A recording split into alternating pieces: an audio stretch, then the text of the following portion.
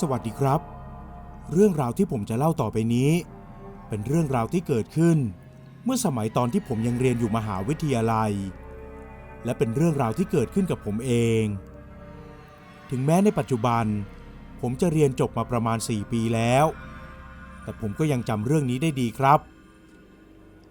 ตอนที่ผมเข้าเรียนมหาวิทยาลัยนั้นเป็นธรรมเนียมที่ผมคิดว่าใครๆก็น่าจะรู้กันดีนะครับว่านักศึกษาปีหนึ่งจะต้องพักที่หอพักของมหาวิทยาลัยและเมื่อถึงปี2ถึงจะย้ายออกไปได้แต่สำหรับผมมันไม่ได้ง่ายเหมือนกับคนอื่นๆเพราะหอในของมหาวิทยาลัยนั้นมีราคาถูกกว่าหอพักข้างนอกเป็นอย่างมากผมเลยเลือกที่จะอยู่ต่อครับแต่ก็ได้ย้ายไปอยู่ที่ตึกรวมซึ่งหอนี้ก็ยังถือเป็นหอในของมหาวิทยาลัยเพียงแต่มันไม่ได้อยู่ในมหาวิทยาลัยแค่นั้นผมได้ย้ายไปอยู่ที่หอพักแห่งนี้ก็เมื่อตอนปี2เทอม2ซึ่งหอพักแห่งนี้เป็นตึกรวมก็จริงแต่แบ่งโซนแบ่งชั้นอย่างชัดเจนนะครับหญิงชายสลับชั้นกันไปและมีการแบ่งลิฟต์และบันไดในการขึ้นลงโดยการแยกแตะคีย์การ์ดก่อนที่จะเข้าหอพักซึ่งมันก็ค่อนข้างจะยุ่งยากอยู่เหมือนกันแต่ก็เป็นหอพักที่เงียบสงบและบรรยากาศดีมากๆสะอาดและมีคนดูแลอยู่ตลอด24 ชั่วโมงที่หอพักแห่งนี้มีทั้งหมด5 ชั้นครับแต่ชั้นที่5นั้นถูกปิดไม่ได้เปิดให้เช่าซึ่งก็เป็นเรื่องที่น่าแปลกใจอยู่เหมือนกันผมย้ายมาอยู่ที่นี่ได้จนขึ้นปี4ก็มีเรื่องไม่ดีเกิดขึ้นที่หอพักในตอนแรกๆผมยังไม่รู้รายละเอียดมากเท่าไหร่นักแต่เพราะข่าวนี้มันแพร่กระจายออกไปทั่วแม้แต่เพื่อนๆที่คณะของผมก็ยังพูดถึงกันเลยครับไอ้พัดที่หอมึงอะมีคนตายเหรอวะ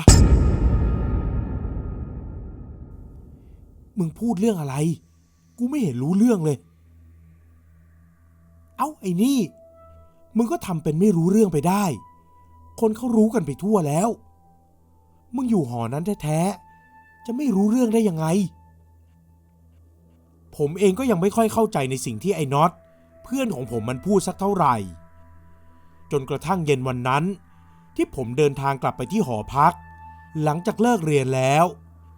ก็มีนักศึกษาหญิงประมาณ 2-3 คนกำลังช่วยกันขนของลงมาจากตึกซึ่งดูเหมือนว่าเขากำลังขนของเพื่อย้ายไปอยู่ที่หออื่นกันแกจะไม่ย้ายไปด้วยกันจริงๆเหรอย้ายสิฉันก็ไม่อยากอยู่นักหรอกแต่ทำไงได้ยังหาหอถูกๆไม่ได้เลยแกก็ย้ายมาอยู่กับฉันก่อนสิไม่เป็นไรแกอยู่กับแฟนแกไปเถอะฉันยังพอทนได้คงต้องยอมรับเลยครับว่าผมแอบฟังทั้ง2 คนแล้วก็รู้สึกสงสัยขึ้นมาเหมือนกันว่ามีเหตุผลอะไรที่ทำให้พวกเธอทั้ง2 คนถึงอยากจะย้ายออกไปผมแกล้งยืนดูโทรศัพท์อยู่ตรงนั้นจนอีกคนขึ้นรถพร้อมกับข้าวของออกไปแล้วขอโทษนะครับมีเรื่องอะไรกันล่ะครับผมพูดถามออกไปตรงๆซึ่งดูเหมือนว่ามันจะไม่เหมาะสมสักเท่าไหร่แล้วนักศึกษาสาวคนนั้นก็มองผมด้วยท่าทางแปลกๆผมเองก็บุ่มบามจนเกินไปไม่น่าถามอะไรแบบนั้นออกมาเธอเดินขึ้นหอพักไปโดยที่ไม่สนใจในสิ่งที่ผมถามซึ่งถ้าเป็นผมเองก็คงจะกลัวอยู่เหมือนกันเมื่อไม่ได้รู้อะไรมากผมก็เลยกลับเข้าห้องของตัวเองที่อยู่ชั้นล่างไปครับคืนนั้นผมกลับมานอนคิดอยู่ทั้งคืนถึงเรื่องที่ไอ้น็อตพูดว่าที่หอของผมมีผู้หญิงตายจริงไหมผมพยายามลองหาข่าวหรือดูข่าวที่คิดว่าพอจะเกี่ยวข้องแต่ก็ไม่เจออะไรเลยครับมันเลยทำให้ผมคิดว่าไอ้น็อตอาจจะแกล้งอำผมเล่นก็ได้แล้วคืนนั้นผมก็หลับไปโดยที่ไม่รู้ว่ามีอะไรเกิดขึ้น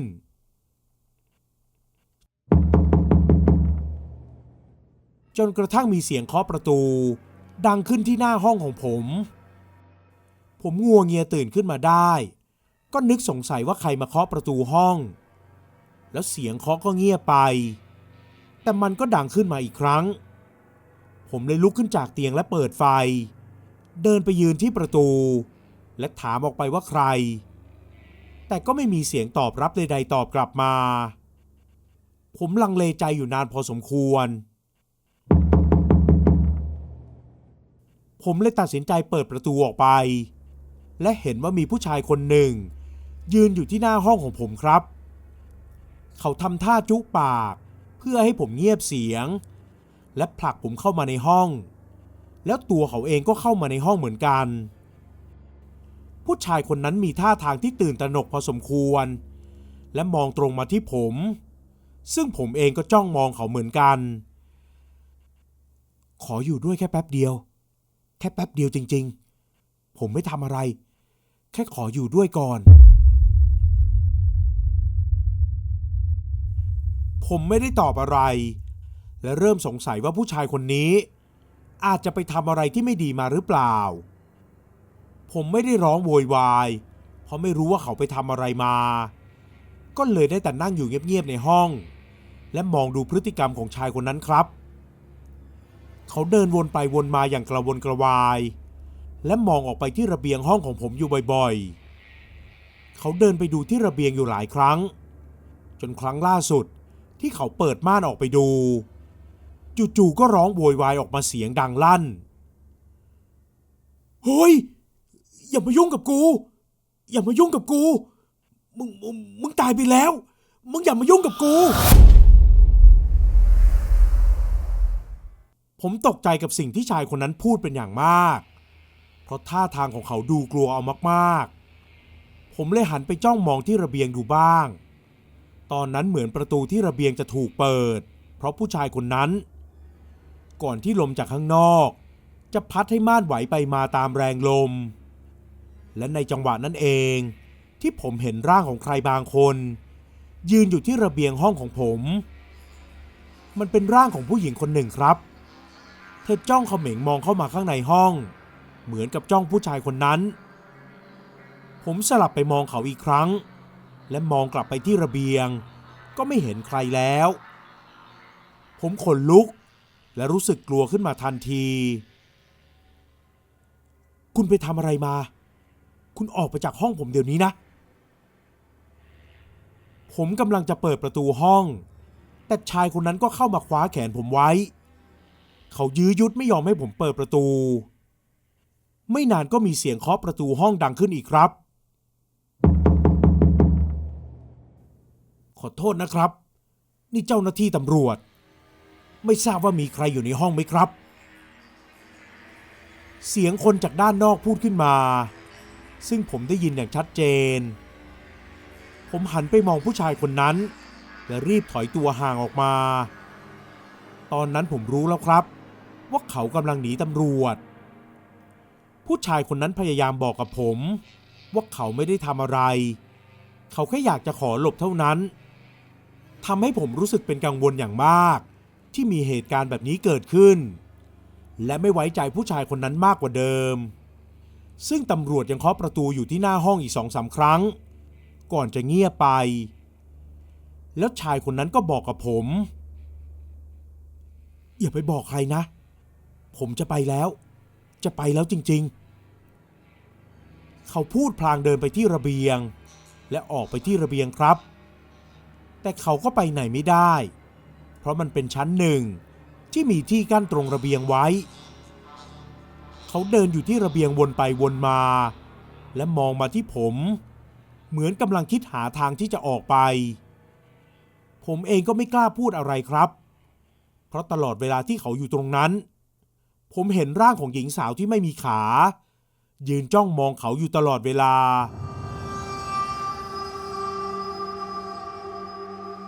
แต่เพราะสถานการณ์มันเริ่มอึดอัดมากขึ้นเรื่อยๆผมเลยบอกให้เขาออกไปทางประตูห้องแบบปกติแต่เขาก็ยังยืนยันว่าจะไม่ออกจากห้องทางนี้แน่ๆซึ่งผมก็ไม่ยอมครับผมเดินไปเปิดประตูห้องและรีบออกมาจากห้องทันทีเขารีบเดินตามผมออกมา ถึงแม้จะเป็นเวลาที่ดึกมากแต่ก็ยังมีนักศึกษาบางส่วนที่เพิ่งจะกลับเข้ามาผมรีบออกมาอยู่ข้างนอกตรงที่ผู้ดูแลอยู่และแจ้งเรื่องทั้งหมดซึ่งผู้ดูแลก็เรียกรปภ.มาครับแต่กลับหาเขาไม่เจอแล้ววันต่อมาที่มหาวิทยาลัยก็มีข่าวเรื่องนี้กระจายออกไปไอ้พัดมึงเจอคนร้ายเหรอวะไอ้น็อตถามผมซึ่งเป็นเรื่องที่ผมไม่ค่อยอยากจะพูดสักเท่าไหร่และเป็นเรื่องที่ไม่มีใครอยากจะให้มันเกิดขึ้นกับตัวเองวันนั้นผมกลับมาที่ห้องของตัวเองก็รู้สึกไม่ดีครับเพราะยังมีภาพติดตาตัวเองอยู่เลยผู้หญิงคนนั้นผมแน่ใจว่าเธอคงเป็นสิ่งที่พวกเราหลายคนเรียกกันว่าผีอย่างแน่นอนแต่เพราะผมไม่มีอะไรเกี่ยวข้องกับเธอผมก็เลยไม่แน่ใจนักว่าผมเห็นเธอได้ยังไงคิดไปคิดมาก็เลยนึกขึ้นได้ว่าเธออาจจะกำลังตามผู้ชายคนนั้นอยู่และเขาอาจจะเป็นคนที่ทำให้เธอตายจริงๆก็ได้ระหว่างที่ผมกำลังนอนเล่นคิดอะไรเพลินๆก็มีเสียงกรี๊ดดังลั่นหอผมรีบเปิดประตูออกไปดูเหมือนกับทุกคนที่ได้ยินเสียงทุกคนเดินออกมาจากส่วนข้างในที่เป็นโถงทางเดินเพื่อออกไปดูข้างนอกก่อนจะเห็นว่าฝั่งนักศึกษาผู้หญิงพากันวิ่งกลัวออกมาด้วยความตกใจทุกคนมีท่าทีที่ตื่นตระหนกกันหมดผู้ดูแลจึงรีบออกมาจัดระเบียบความเรียบร้อยและไล่ให้นักศึกษาหญิงที่วิ่งลงมากลับไปที่ห้องของตัวเองแต่ท่าทางเหมือนจะไม่มีใครอยากกลับไปหลายคนกำลังโทรหาเพื่อนและพากันออกไปนอนที่อื่นผมยืนดูเหตุการณ์อยู่ตรงนั้นอย่างเงียบๆและโทรหาไอ้น็อตเพื่อเล่าเรื่องทุกอย่างให้ไอ้น็อตฟังซึ่งพอมันได้ฟังแล้วมันก็เล่าถึงเรื่องที่มันได้ยินมาจากคนอื่นๆที่เขาลือกันซึ่งผมเองก็ไม่เคยรู้มาก่อนเลยเพราะถึงจะอยู่ที่นี่แต่ผมก็ไม่ได้เป็นคนที่สนใจอะไรเท่าไหร่หรือถ้าสนใจก็มักจะถามออกไปตรงเสร็จจนไม่ได้อะไรกลับมาเลยครับไอ้น็อตเล่าให้ผมฟังว่าที่หอของผมมีผู้หญิงที่ทำแท้งและเสียชีวิตในห้องของตัวเองครับและห้องใกล้เคียงกันก็ได้กลิ่นเหม็นลอยออกมาจากประตูระเบียงที่ไม่ได้ปิดเลยนึกสงสัยและบอกให้คนดูแลลองไปเคาะห้องก็พบว่าผู้หญิงคนนั้นเสียชีวิตไปแล้วแต่ห้องข้างๆที่อยู่ใกล้กันถึงแม้จะได้กลิ่นเหม็นยังไงก็มีบางคนที่ยังเห็นว่าเจ้าของห้องนั้นเดินไปเดินมาตรงบริเวณทางเดินหน้าห้องนักศึกษาหญิงหลายคนโดยเฉพาะห้องที่อยู่ติดทั้งสองฝั่งของห้องนั้นก็พากันย้ายออกมาเพราะไม่สามารถทนอยู่ได้บางคืนได้ยินเสียงร้องไห้บางคืนได้ยินเสียงเหมือนคนทุบกำแพงและเมื่อวันก่อนที่ผมเจอก็คือแฟนของผู้หญิงคนนั้นครับผมโทรคุยกับไอ้น็อตได้ไม่นานผู้ดูแลที่ขึ้นไปบนหอทางฝั่งผู้หญิงก็วิ่งหน้าตาตื่นลงมาแล้วบอกให้รปภ.รีบแจ้งตำรวจสรุปว่าที่พากันวิ่งลงมาเพราะนักศึกษาสาวส่วนใหญ่ได้ยินเสียงคนทะเลาะกันออกมาจากห้องนั้นดังมากๆและเมื่อผู้ดูแลขึ้นไปดูก็เจอผู้ชายคนที่เข้ามาแอบในห้องของผมนอนฆ่าตัวตายอยู่ในห้องนั้นครับเมื่อมาดูกล้องวงจรปิดถึงได้รู้ว่าผู้ชายคนนั้นแอบขึ้นไปทางบันไดที่พวกนักศึกษาหญิงชอบใช้ตอนที่รอลิฟต์กันไม่ไหวและไม่ยอมล็อกประตูเขาใช้กุญแจสำรองที่แฟนสาวให้ไว้ไขห้องเข้าไปหลบแต่ก็หนีไม่พ้นอยู่ดีและเหมือนเวรกรรมจะตามทันทำให้ตายตกไปตามกันหลังจากเรื่องราวที่เกิดขึ้น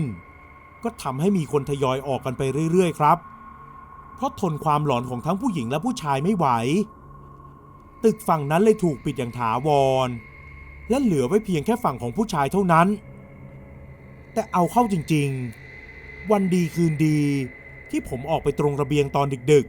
ๆเวลาที่มองไปที่ชั้นอื่นๆผมก็ยังมองเห็นไฟห้องหนึ่งติดอยู่ และมีเงาของใครบางคนกำลังมองลงมา